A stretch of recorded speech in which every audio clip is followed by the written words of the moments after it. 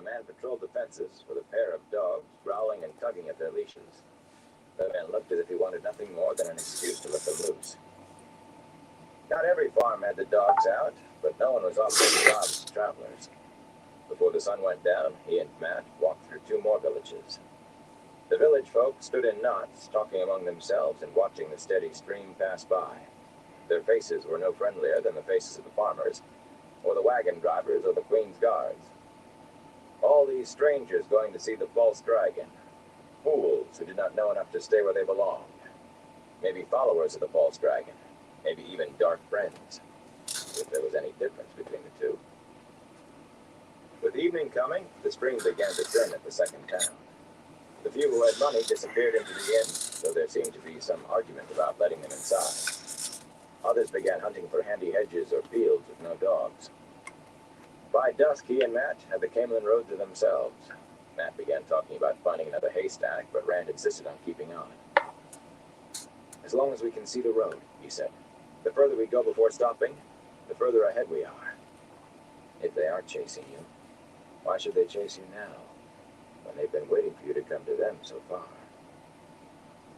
It was argument enough for Matt. With frequent glances over his shoulder, he quickened his step. Rand had to hurry to keep up. The night thickened, relieved only a bit by scant moonlight.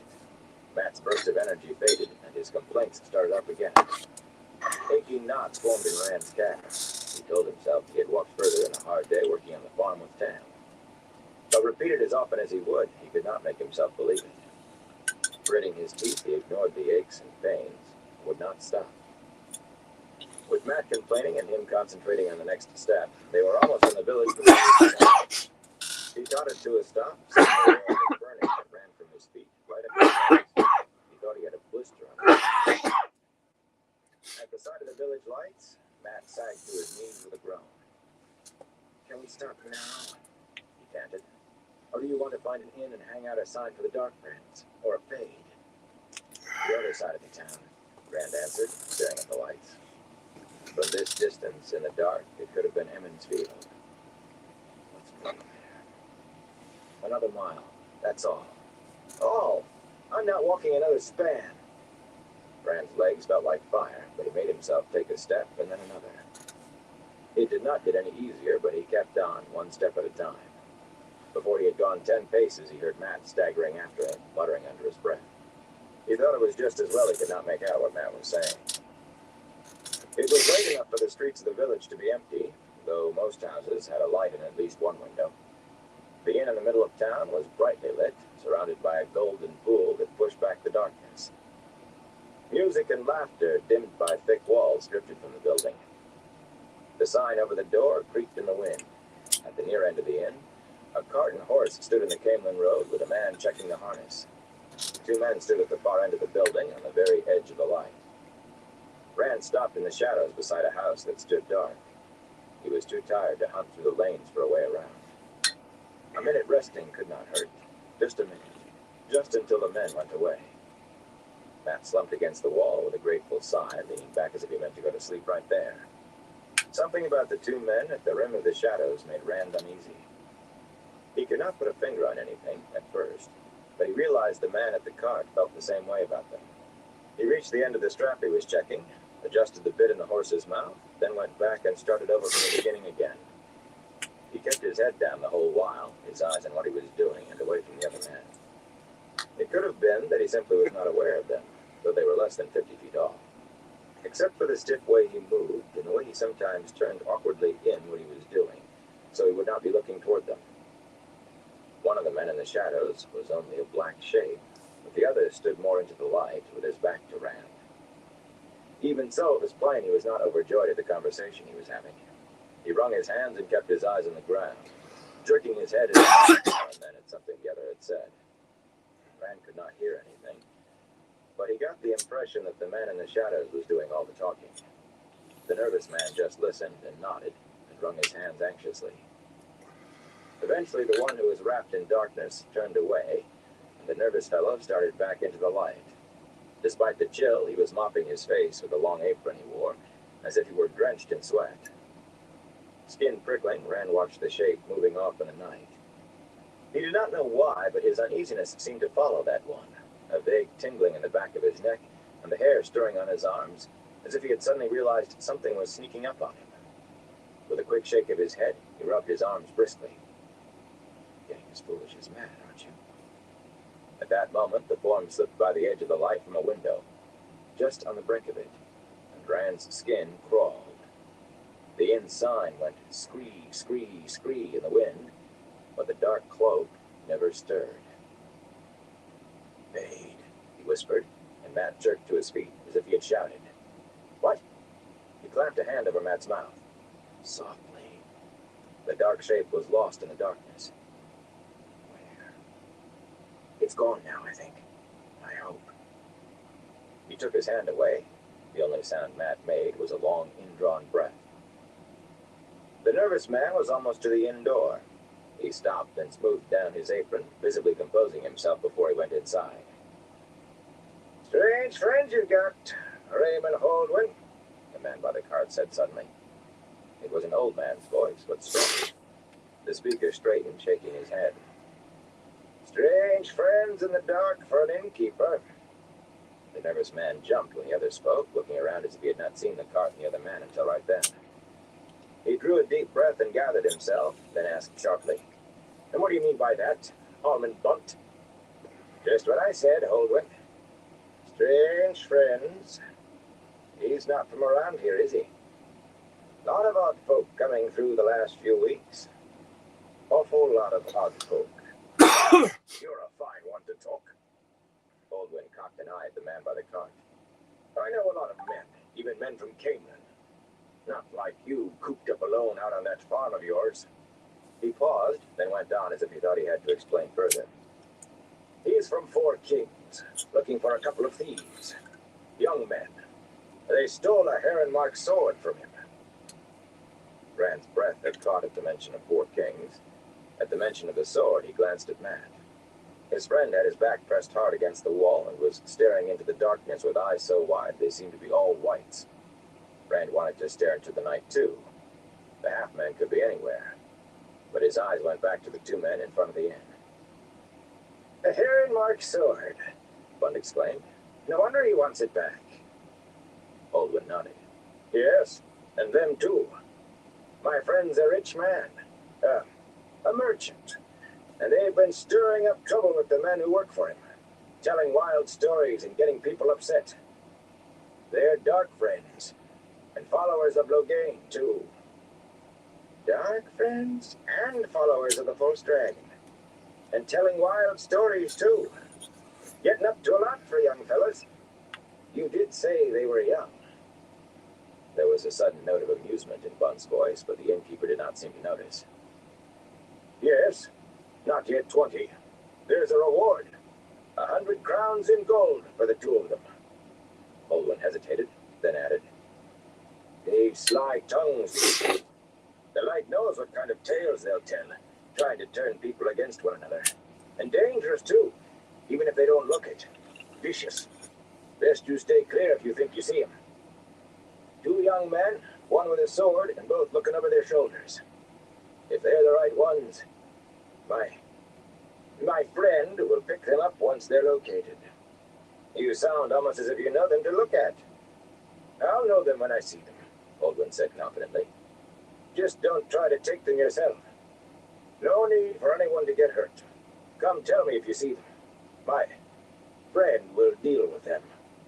100 crowns for the two, but he wants the pair." 100 crowns for the two, Bund mused. "How much for this sword he wants so bad?" Abruptly, Holdwin appeared to realize the other man was making fun of him. "I don't know why I'm telling you," he snapped. "You're still fixed on that fool plan of yours, I see." "Not such a fool plan," Bund replied placidly. "There might not be another false dragon to see before I die. Light send it so. And I'm too old to eat some merchant's dust all the way to Camelin. I'll have the road to myself, and I'll be in Camelin bright and early tomorrow." "To yourself?" The innkeeper's voice had a nasty quiver. "You can never tell what might be out in the night, Almond Bunt. All alone on the road in the dark. Even if somebody hears you scream, there's no one will unbar a door to help. Not these days, Bunt. Not your nearest neighbor. None of that seemed to ruffle the old farmer at all. He answered as calmly as before. If the Queen's guards can't keep the road safe this close to Camelin, then we're none of us safe even in our own beds. If you ask me, one thing the guards could do to make sure the roads are safe would be clap that friend of yours in irons. Sneaking around in the dark, afraid to let anybody get a look at him. Can't tell me he's not up to no good.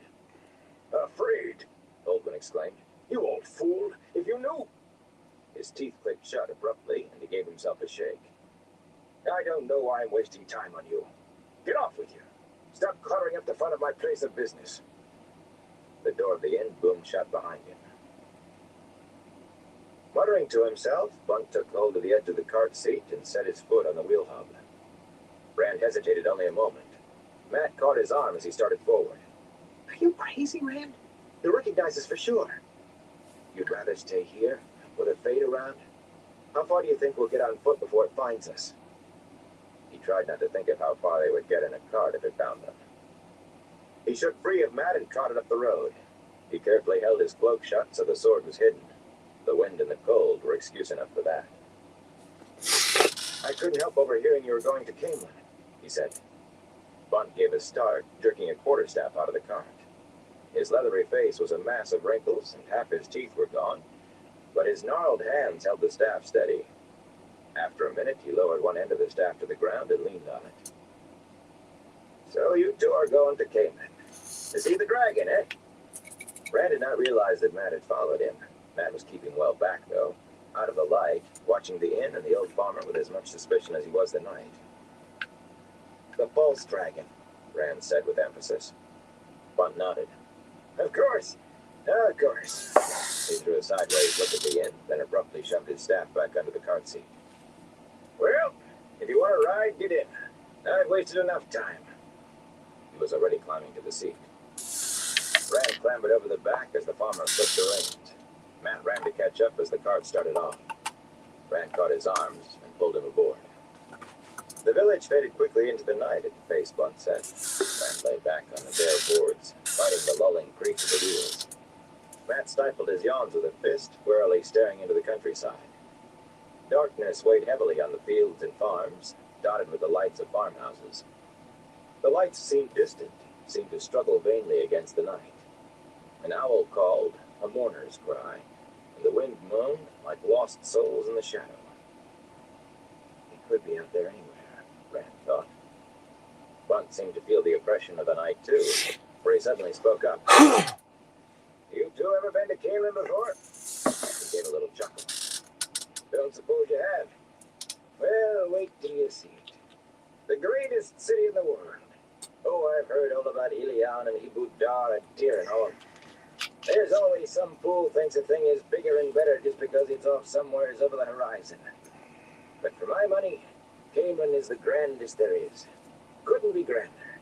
Nope, they couldn't. Unless maybe Queen Morgaze, the Light Illumina, got rid of that witch from Tar Valon. Rand was lying back with his head pillowed on his blanket roll atop the bundle of Tom's cloak, watching the night drift by, letting the farmer's words wash by him. A human voice kept the darkness at bay and muted the mournful wind. He twisted around to look up at the dark mass of Bunt's back. You mean an Aes Sedai? What else did I mean? Sitting there in the palace like a spider. I'm a good queen's man. You say I'm not. But it just isn't right. I'm not one of those saying Elida's got too much influence over the queen. Not me.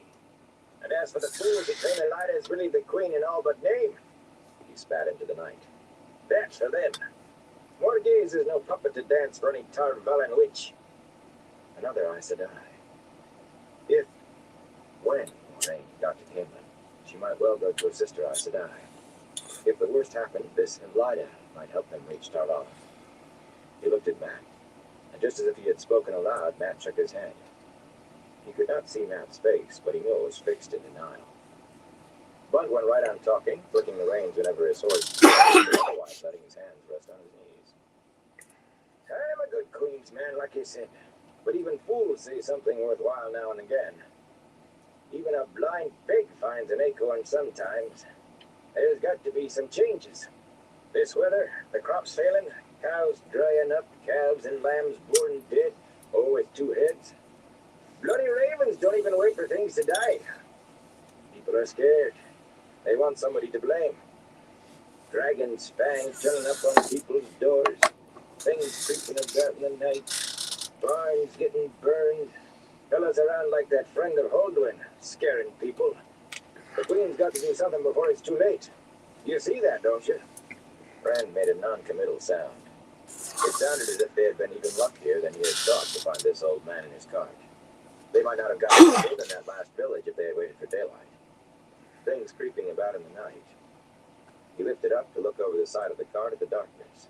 Shadows and shapes seemed to writhe in the black. He dropped back before his imagination convinced him there was something there. Blunt took it for agreement. Right. I'm a good Queen's man, and I'll stand against any who try to harm her. But I'm right. You take the Lady Elaine and the Lord Gawain now. There's a change won't harm anything and might do some good. Sure, I know we've always done it that way in Andor. Send the daughter heir off to Tar Valon to study with the Aes Sedai, and the eldest son off to study with the Warders. I believe in tradition, I do. But look what it got us last time. Luke dead in the Blight before he was ever anointed first Prince of the Sword. And Tigraine vanished, run off or dead. When it came time for her to take the throne, still troubling us that. There's some saying she's still alive, you know. That Morghese isn't the rightful queen. Bloody fools. I remember like it was yesterday. No daughter heir to take the throne when the old queen died, and every house in Andor scheming and fighting for the right. And Tarangale Damodred. You wouldn't have thought he'd lost his wife. Him had to figure which house would win so he could marry again and become prince consort after all. Well, he managed it, though I Morghese chose. No man knows the mind of a woman, and a queen is twice a woman, wed to a man, good to the land. He got what he wanted anyway, if not the way he wanted it.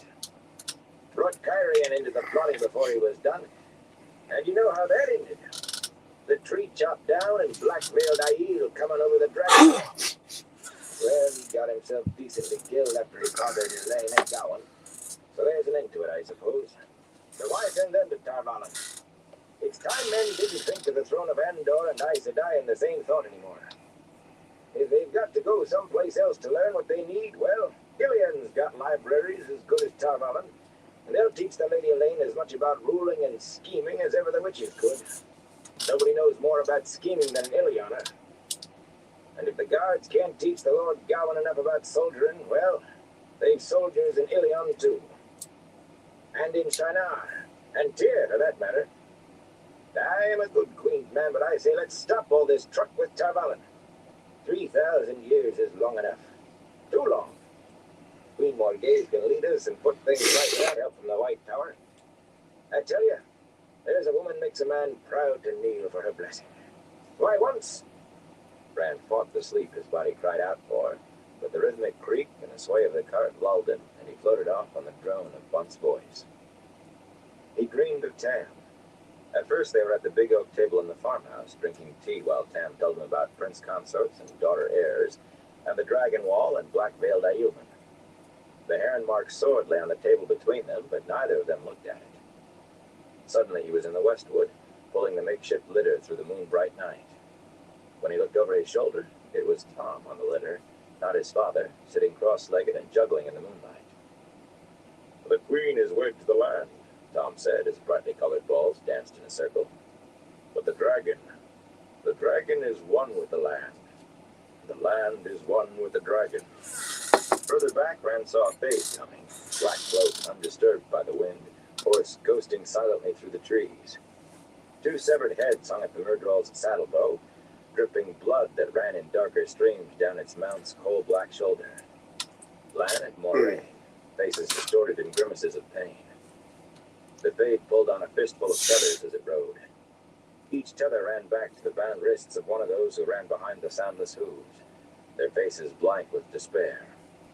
Mat and Perrin and Egwene. Not her, Rand shouted. The light blast you, it's me you want, not her. The half-man gestured and flames consumed Egwene, flesh crisping to ash, bone blacking and crumbling.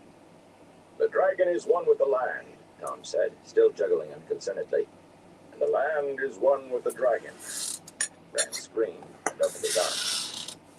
The cart creaked along the Caemlyn road, filled with night and the sweetness of long-vanished hay, and the faint smell of horse. A shape blacker than the night rested on his chest, and eyes blacker than death looked into his. You are mine, the raven said, and the sharp beak stabbed into his eye. He screamed as it plucked his eyeball out of his head. With a throat-ripping shriek, he sat up, clapping both hands to his face. Early morning daylight bathed the cart. Dazed, he stared at his hands. No blood, no pain. The rest of the dream was already fading, but that. Gingerly, he felt his face and shuddered. At least, Mat yawned, cracking his jaws. At least you got some sleep. There was little sympathy in his bleary eyes. He was huddled under his cloak, with his blanket roll doubled up beneath his head. He talked all bloody night. You all the way awake? Runt said from the driver's seat. Gave me a start, you did. Yelling like that. Well, over there. He swept a hand out in front of him in a grand gesture. Caemlyn, the grandest city in the world. Chapter 35. Caemlyn. Rand twisted up to kneel behind the driver's seat. He could not help laughing with relief. We made it, Rand. I told you we... Words died in his mouth as his eyes fell on Caemlyn. After Baerlon, even more after the ruins of Shadar Logoth, he had thought he knew what a great city would look like. But this was more than he would have believed. Outside the Great Wall, buildings clustered as if every town he had passed through had been gathered and set down there, side by side and all pushed together. Inns thrust their upper stories above the tile roofs of houses, and squat warehouses, broad and windowless, shouldered against them all. Red brick and gray stone and plastered white, jumbled and mixed together, they spread as far as the eye could see. Baerlon could have vanished into it without being noticed, and Whitebridge swallowed up 20 times over with hardly a ripple. And the wall itself, the sheer 50-foot height of pale gray stone, streaked with silver and white, swept out in a great circle, curving to north and south till he wondered how far it must run. All along its length, towers rose, round and standing high above the wall's own height, red and white banners whipping in the wind atop each one. From inside the wall, other towers peeked out, slender towers even taller than those at the walls, and domes gleaming white and gold in the sun. 1,000 stories had painted cities in his mind, the great cities of kings and queens, of thrones and powers and legends. And Caemlyn fit into those mind-deep pictures as water fits into a jug. The cart creaked down the wide road toward the city, toward tower-flanked gates. The wagons of a merchant's train rolled out of those gates, under a vaulting archway in the stone that could have let a giant through, or 10 giants abreast. Unwalled markets lined the road on both sides, roof tiles glistening red and purple, with stalls and pens in the spaces between. Calves bawled, cattle lowed, geese honked, chickens clucked, goats bleated, sheep baaed. People bargained at the top of their lungs. A wall of noise funneled them toward the gates of Caemlyn. What did I tell you? Bunt had to raise his voice to near a shout in order to be heard. The grandest city in the world. Built by Ogier, you know. At least the inner city and the palace were. It's that old, Caemlyn is. Caemlyn, where good Queen Morgase, the light illuminer, makes the law and holds the peace for Endor. The greatest city on earth. Rand was ready to agree. His mouth hung open, and he wanted to put his hands over his ears to shut out the din. People crowded the road as thick as folk in Emond's Field crowded the green at Beltane. He remembered thinking there were too many people in Baerlon to be believed, and almost laughed. He looked at Mat and grinned.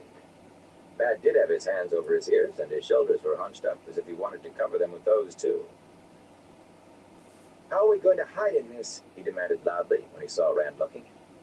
How can we tell who to trust with so many? So bloody many. Like the noise. Rand looked at Bunt before answering. The farmer was caught up in staring at the city. With the noise, he might not have heard anyway.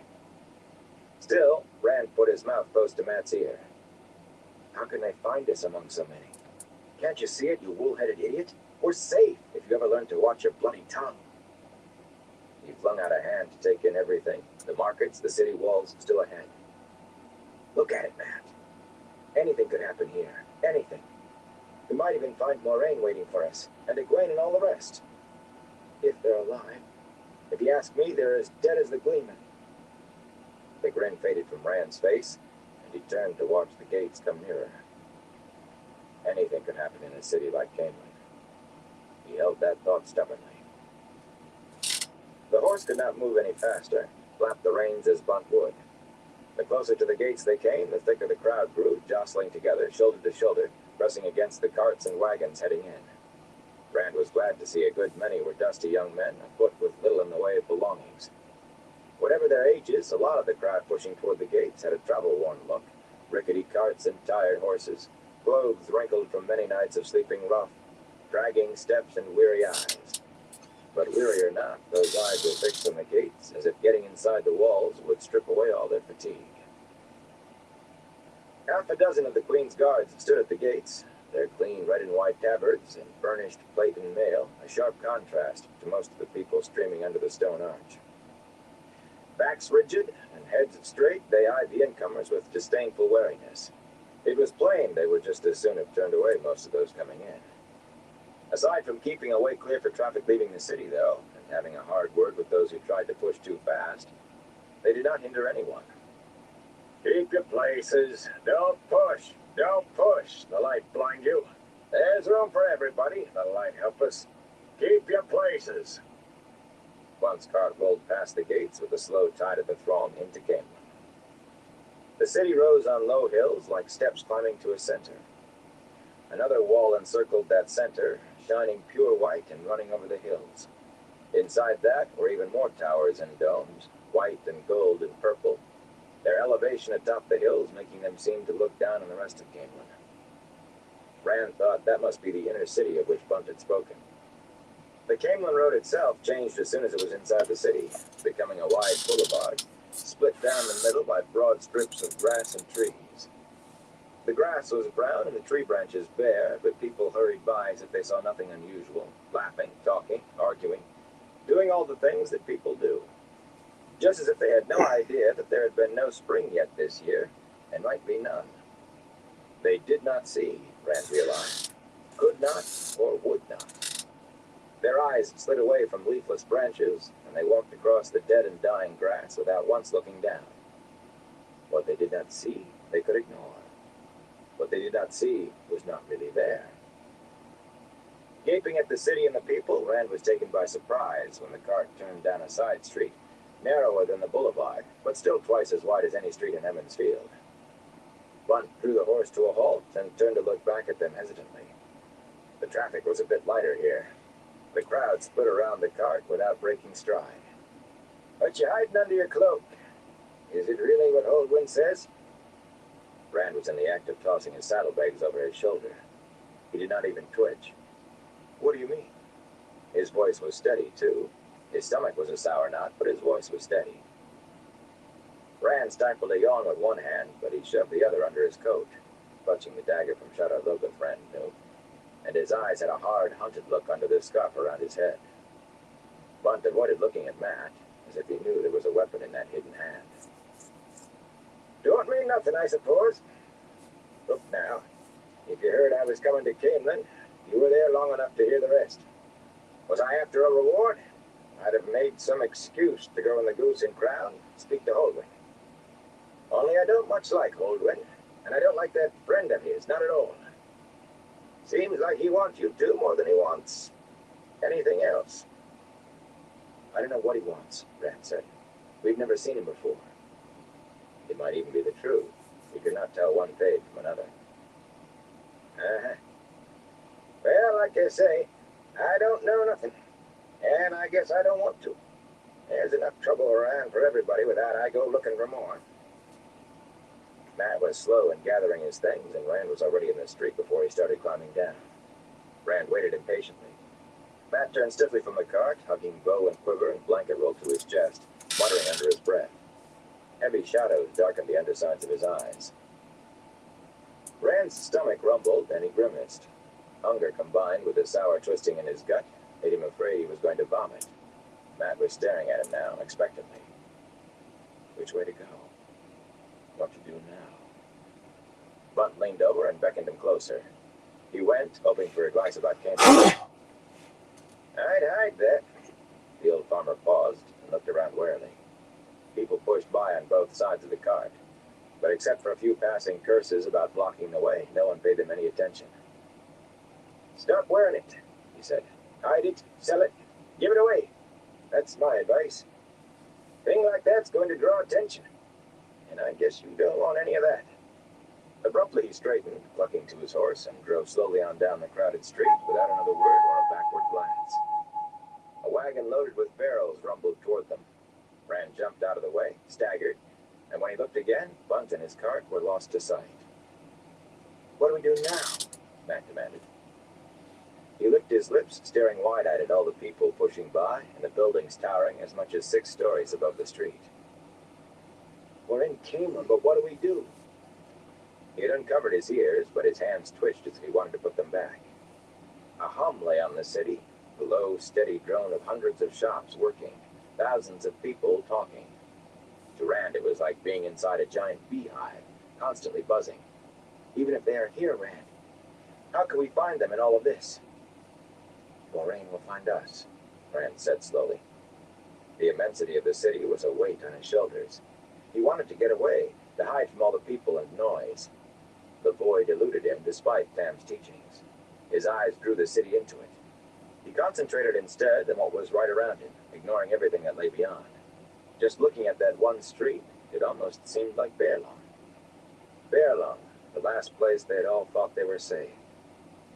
Nobody's safe anymore. Maybe they are all dead. What do you do then? They're alive. Egwene's alive, he said fiercely. Several passers-by looked at him oddly. Maybe, Matt said. Maybe. What if Moraine doesn't find us? What if nobody does, but the... He shuddered, unable to say it. We'll think about that when it happens, he told Matt firmly. If it happens. The worst meant seeking out Elida, the Aes Sedai in the palace. He would go on to Tar Valon first. He did not know if Matt remembered what Tom had said about the Red Ajah and the Black, but he surely did. His stomach twisted again. Tom said to find an inn called the Queen's Blessing. We'll go there first. How? We can't afford one meal between the two of us. At least it's a place to start. Tom thought we could find help there. I can't. Rand, they're everywhere. Matt dropped his eyes to the paving stones and seemed to shrink in on himself, trying to pull away from the people that were all around them. Wherever we go, they're right behind us, or they're waiting for us. They'll be at the Queen's Blessing, too. I can't. Nothing's going to stop a fade. Rand grabbed Matt's collar in a fist that he was trying hard to keep from trembling. He needed Matt. Maybe the others were alive. Mike, please. But right then and there, it was just Matt and him. The thought of going on alone. He swallowed hard, tasting bile. He looked around quickly. No one seemed to have heard Matt mention the fade. The crowd pressed past, lost in its own worries. He put his face close to Matt's. We've made it this far, haven't we? He asked in a hoarse whisper. They haven't caught us yet. We can make it all the way if we just don't quit. I won't just quit and wait for them like a sheep for slaughter. I won't. Well, are you going to stand here till you starve to death, or until they come pick you up in a sack? He let go of Matt and turned away.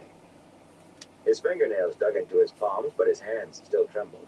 Suddenly Matt was walking alongside him, his eyes still down. Rand let out a long breath. I'm sorry, Rand, Matt mumbled. Forget it, Rand said. Matt barely looked up enough to keep from walking into people while the words poured out in a lifeless voice. I can't stop thinking I'll never see home again. I want to go home. Laugh if you want, I don't care. What I wouldn't give to have my mother blessing me out for something right now. It's like weights on my brain. Hot weights. Strangers all around. and no way to tell who to trust, if I can trust anybody. Like, the Two Rivers is so far away, it might as well be on the other side of the world. We're alone and we'll never get home. We're going to die, Rand. Not yet, we won't, Rand retorted. Everybody dies. The wheel turns. I'm not going to curl up and wait for it to happen, though. You sound like Master Albia, Matt grumbled, but his voice had a little spirit in it. Good, Rand said. Good. Light, let the others be all right. Please don't let us... He began asking directions to the Queen's blessing. The responses varied widely, a curse for all those who did not stay where they belonged, or a shrug and a blank look being the most common. Some stalked on by with no more than a glance, if that. A broad-faced man, nearly as big as Perrin, cocked his head and said, "A Queen's blessing, eh? You country boys, Queen's men?" He wore a white cockade on his wide-brimmed hat, and a white armband on his long coat. "Well, you've come too late." He went off roaring with laughter, leaving Rand and Matt to stare at one another in puzzlement. Rand shrugged. There were plenty of odd folk in Caemlyn, people like he had never seen before. Some of them stood out in the crowd, skins too dark or too pale, coats of strange cut or bright colors, hats with pointed peaks or long feathers. There were women with veils across their faces, women in stiff dresses as wide as the wearer was tall, women in dresses that left more skin bare than any tavern maid he had seen. Occasionally a carriage, all vivid paint and gilt, squeezed through the thronged streets behind a 4- or 6-horse team, with plumes on their harness. Sedan chairs were everywhere, the Pullman pushing along with never a care for who they shoved aside. Rand saw one fight start that way, a brawling heap of men swinging their fists while a pale-skinned man in a red-striped coat climbed out of the sedan chair lying on its side. Two roughly dressed men, who seemed to have been just passing by up till then, jumped on him before he was clear. The crowd that had stopped to watch began to turn ugly, muttering and shaking fists. Rand pulled at Matt's sleeve and hurried on. Matt needed no second urging. The roar of a small riot followed them down the street. Several times men approached the two of them instead of the other way around. Their dusty clothes marked them as newcomers and seemed to act like a magnet on some types. Furtive fellows who offered relics of Loghain for sale with darting eyes and feet set to run. Rand calculated he was offered enough scraps of the false dragon's cloak and fragments of his sword to make 2 swords and half a dozen cloaks. Matt's face brightened with interest the first time at least, but Rand gave them all a curt no, and they took it with a bob of the head and a quick, "Light illumine the Queen, good master," and vanished. Most of the shops had plates and cups painted with fanciful scenes, purporting to show the false dragon being displayed before the Queen in chains. And there were white cloaks in the streets. Each walked in an open space that moved with him, just as in Baerlon. Staying unnoticed was something Rand thought about a great deal. He kept his cloak over his sword, but that would not be good enough for very long. Sooner or later, someone would wonder what he was hiding. He would not, could not, take Blunt's advice to stop wearing it, not his link to Tam, to his father. Many others among the throng wore swords, but none with the heron mark to pull the eye. All the Caemlyn men, though, and some of the strangers, had their swords wound in strips of cloth, sheathed and hilt, red bound with white cord, or white bound with red. 100 heron marks could be hidden under those wrappings, and no one would see. Besides, following local fashion would make them seem to fit in more. A good many shops were fronted with tables displaying the cloth and cord, and Rand stopped at one. The red cloth was cheaper than the white, though he could see no difference apart from the color. So he bought that and the white cord to go with it, despite Matt's complaints about how little money they had left. The tight-lipped shopkeeper eyed them up and down with a twist to his mouth while he took Rand's coppers, and cursed them when Rand asked for a place inside to wrap his sword. "We didn't come to see Loghain," Rand said patiently. "We just came to see Caemlyn." He remembered Bunt and added, "The grandest city in the world." The shopkeeper's grimace remained in place. "The light illumine good Queen Morgase," Rand said hopefully. "You make any trouble," the man said sourly, "and there's 100 men in sound of my voice will take care of you even if the guards won't." He paused to spit, just missing Rand's foot. Get on about your filthy business. Rand nodded as if the man had bid him a cheerful farewell, and pulled Matt away. Matt kept looking back over his shoulder toward the shop, growling to himself until Rand tugged him into an empty alleyway. With their backs to the street, no passerby could see what they were doing. Rand pulled off the sword belt and set to wrapping the sheath and hilt. I'll bet he charged you double for that bloody cloth, Matt said. Triple. It was not as easy as it looked, fastening the strips of cloth and the cord so the whole thing would not fall off. They'll all be trying to cheat us, Rand. They think we've come to see the false dragon like everybody else. We'll be lucky if somebody doesn't hit us on the head while we sleep. This is no place to be. There are too many people. Let's leave for Tarballen now. Or south to Ilion.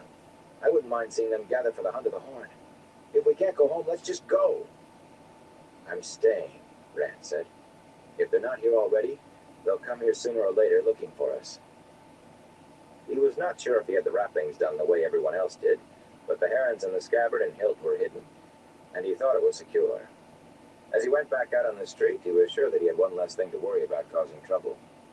Matt trailed along beside him, as reluctantly as if he were being pulled on a leash. Bit by bit, Rand did get the directions he wanted.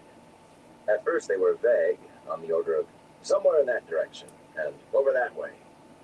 The nearer they came, though, the clearer the instructions, until at last they stood before a broad stone building with a sign over the door creaking in the wind. And kneeling before a woman with red gold hair and a crown, one of her hands resting on his bowed head. The Queen's blessing. Are you sure about this? Matt asked.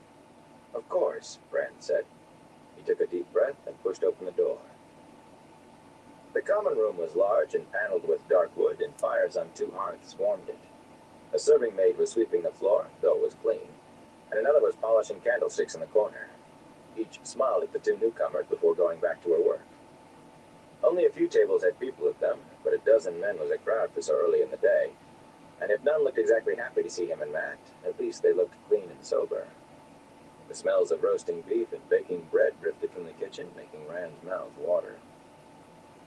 The innkeeper was fat, he was pleased to see, a pink-faced man in a starched white apron, with graying hair combed back over a bald spot that did not quite cover.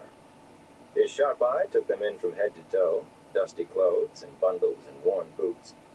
But he had a ready, pleasant smile, too. Basil Gill was his name. Master Gill, Rand said. A friend of ours told us to come here. Tom Maryland. The innkeeper's smile slipped. Rand looked at Matt, but he was too busy sniffing the aromas coming from the kitchen to notice anything else. Is there something wrong? You do know him. I know him, Gill said curtly. He seemed more interested in the flute case at Rand's side now than in anything else. Come with me. He jerked his head toward the back. Rand gave Matt a jerk to get him started, then followed, wondering what was going on. In the kitchen, Master Gill paused to speak to the cook, a round woman with her hair in a bun at the back of her head, who almost matched the innkeeper pound for pound. She kept stirring her pots while Master Gill talked. The smells were so good, 2 days' hunger made a fine sauce for anything, but this smelled as good as Mistress Alvere's kitchen, that Rand's stomach growled. You'll be Matt was right leaning back. toward the pots, nose first. Rand nudged him. Matt hastily wiped his chin where he had been drooling. Then the innkeeper was hurrying them out the back door. In the stable yard, he looked around to make sure no one was close, then rounded on them. On Rand. What's in the case, lad? Tom's flute, Rand said slowly. He opened the case as if showing the gold and silver chased flute would help. Matt's hand crept under his coat. Master Gill did not take his eyes off Rand. I recognize it. I saw him play it often enough. And there's not likely two like that outside a royal court. The pleasant smiles were gone, and his sharp eyes were suddenly as sharp as a knife. How did you come by it? Tom would part with his arm as soon as that flute. He gave it. Rand took Tom's bundled cloak from his back and set it on the ground, unfolding enough to show the colored patches, as well as the end of the harp case. Tom's dead, Master Gill. If he was your friend, I'm sorry. He was mine, too. Dead, you say? How? A man tried to kill us. Tom pushed this at me and told us to run. The patches fluttered in the wind like butterflies. Rand's throat caught. He folded the cloak carefully back up again. We'd have been killed if it hadn't been for him. We were on our way to Camelin together. He told us to come here to your inn. I believe he's dead, the innkeeper said slowly, when I see his corpse. He nudged the bundled cloak with his toe and cleared his throat roughly. Nay, I believe you. You saw whatever it was you saw. I just don't believe he's dead. He's a harder man to kill than you might believe, is old Tom Merrilin. Rand put a hand on Matt's shoulder. It's all right, Matt. He's a friend. Master Gill glanced at Matt and sighed. I suppose I am at that. Matt straightened up slowly, folding his arms over his chest. He was still watching the innkeeper warily, though, and a muscle in his cheek twitched. Coming to Camelin, you say? The innkeeper shook his head. This is the last place on earth I'd expect Tom to come, excepting maybe it was Tarvallen. He waited for a stableman to pass, leading a horse, and even then he lowered his voice. You trouble with the Aes Sedai, I take it? Yes, Matt grumbled at the same time that Rand said, What makes you think that? Master Gill chuckled dryly. I know the man, that's what. He'd jump into that kind of trouble, especially to help a couple of lads about the age of you. The reminiscence in his eyes flickered out, and he stood up straight with a jolly look. Now, I'm not making any accusations, mind, but I take it neither of you can, what I'm getting at is, what exactly is the nature of your trouble with Tarvallen, if you don't mind my asking? Rand's skin prickled as he realized what the man was suggesting. The one power. No, nothing like that. I swear. There was even an Aes Sedai helping us. Moraine was... He bit his tongue, but the innkeeper's expression never changed. Glad to hear it. Not that I have all that much love for Aes Sedai, but better them than that other thing. He shook his head slowly. Too much talk of that kind of thing, with Loghain being brought here. No offense meant, you understand, but... Well, I had to know, didn't I? No offense, Rand said. Matt's murmur could have been anything, but the innkeeper appeared to take it for the same as Rand had said. You two look the right sort, and I do believe you are, friends of Tom. And it's hard times and stony days. I don't suppose you can pay. No, I didn't think so. There's not enough of anything, and what there is costs the earth. So I'll give you beds, not the best, but warm and dry, and something to eat, and I cannot promise more, however much I'd like. Thank you, Rand said with a quizzical glance at Matt. It's more than I expected. What was the right sort, and why should he promise more? Well, Tom's a good friend, an old friend. Hot-headed and liable to say the worst possible thing to the one person he shouldn't. But a good friend all the same. If he doesn't show up, well, we'll figure something out. Best you don't talk anymore, talk about Aes Sedai helping you. I'm a good Queen's man. There are too many in Camelin right now who take it wrong. And I don't mean just the white folks. For all I care, the Raven can take every Aes Sedai straight to Shale Ghul. Watch your tongue, Master Gill snapped. I said I don't love them. I didn't say I'm a fool who thinks they're behind everything that's wrong. The Queen supports Elida and the guards stand for the Queen. The lights send things don't go so bad, that changes. Anyway, lately some guards have forgotten themselves enough to be a little rough with folks they overhear speaking against Aes Sedai. Not on duty, thank the light, but it's happened just the same. I don't need off-duty guards breaking up my common room to teach you a lesson. And I don't need white cloaks egging somebody on to paint the dragon's fang on my door. So if you want any help out of me, you just keep thoughts about Aes Sedai to yourself, good or bad. He paused thoughtfully, then added, maybe it's best you don't mention Tom's name either, or anyone but me can hear. Some of the guards have long memories, and so does the Queen. No need taking chances. Tom had trouble with the Queen? Rand said incredulously, and the innkeeper laughed. So he didn't tell you everything. Don't know why he should. On the other hand, I don't know why you shouldn't know either. Not like it's a secret exactly. Do you think every Gleeman thinks as much of himself as Tom does? Well, come to think of it, I guess they do. But it always seemed to me Tom had an extra helping of thinking a lot of himself. He wasn't always a Gleeman, you know, wandering from village to village and sleeping under a hedge as often as not. There was a time Tom Merrin was court barred right here in Caleb, and known in every royal court from Tyr to Moradon. Tom? Matt said. Rand nodded slowly. He could picture Tom at a queen's court with his stately manner and grand gestures. That he was, Master Gill said. It was not long after Tarangale Damager had died that the trouble about his nephew cropped up. There were some said Tom was, shall we say, closer to the Queen than was proper.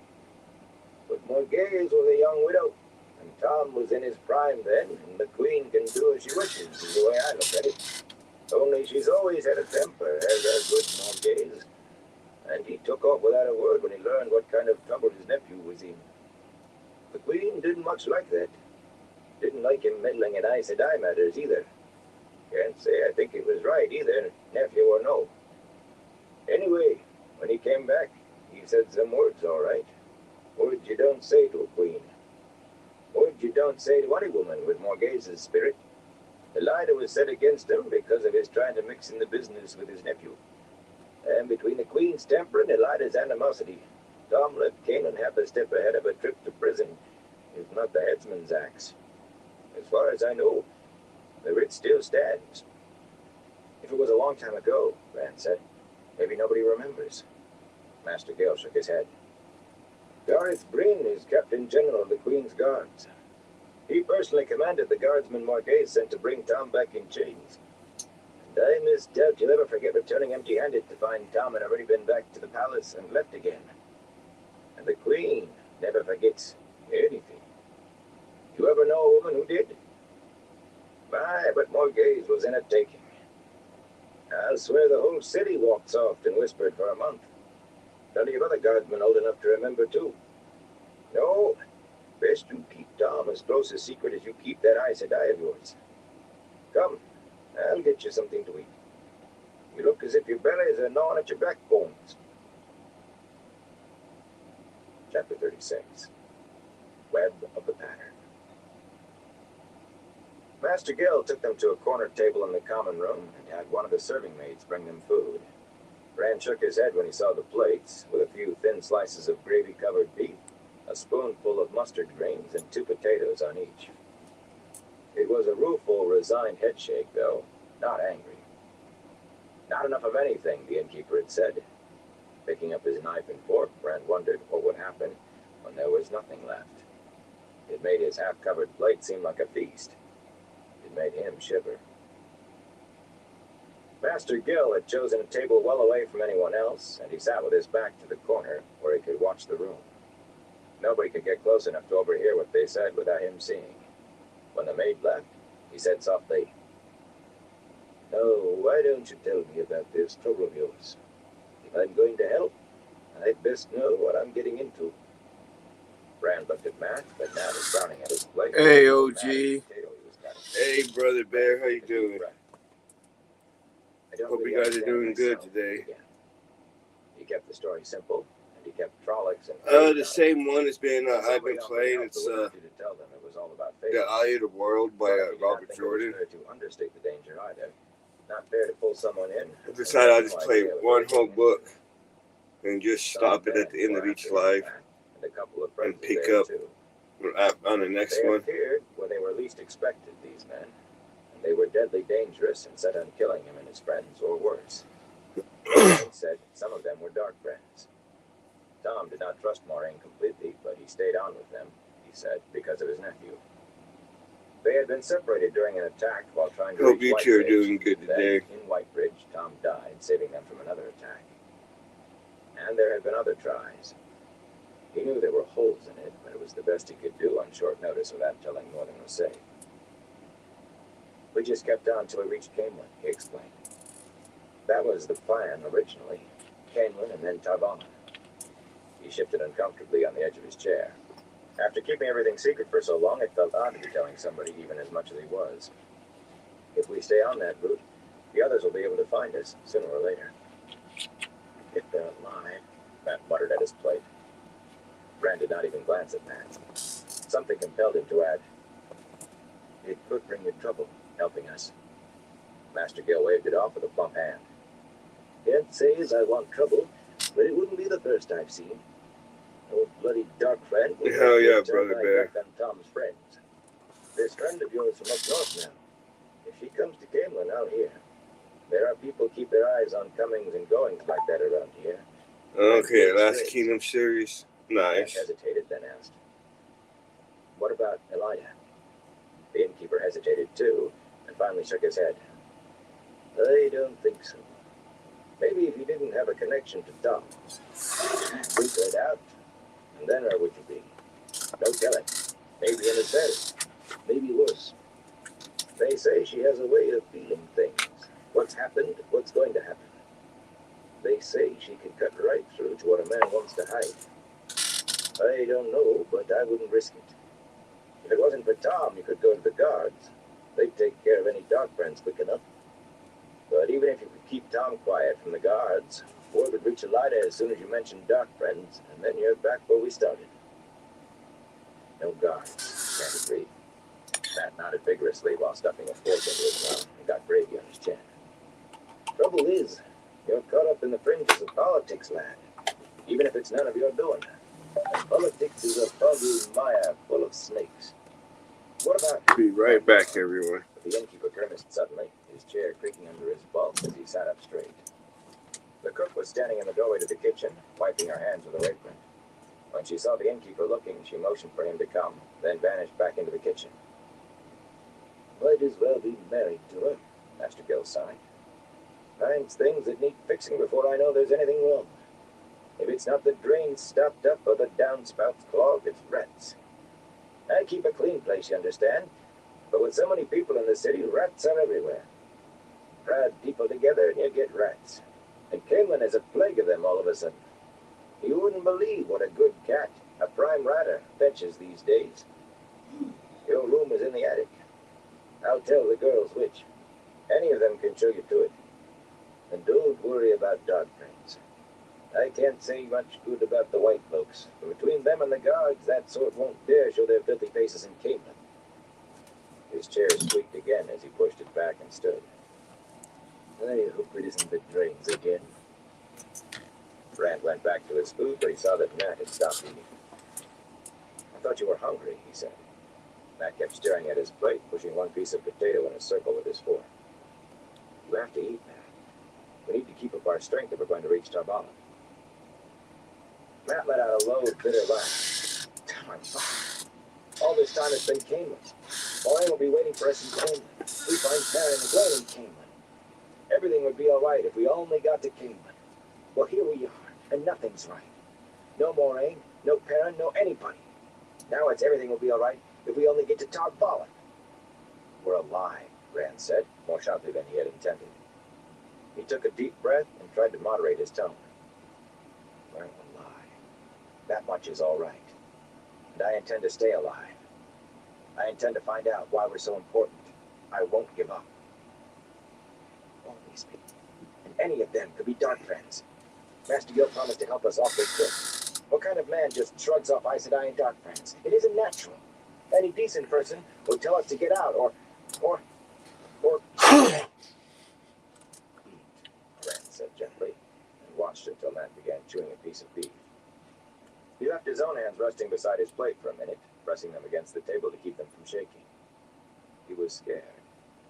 Not about Master Gill, of course, but there was enough without that. Those tall city walls would not stop a Fade.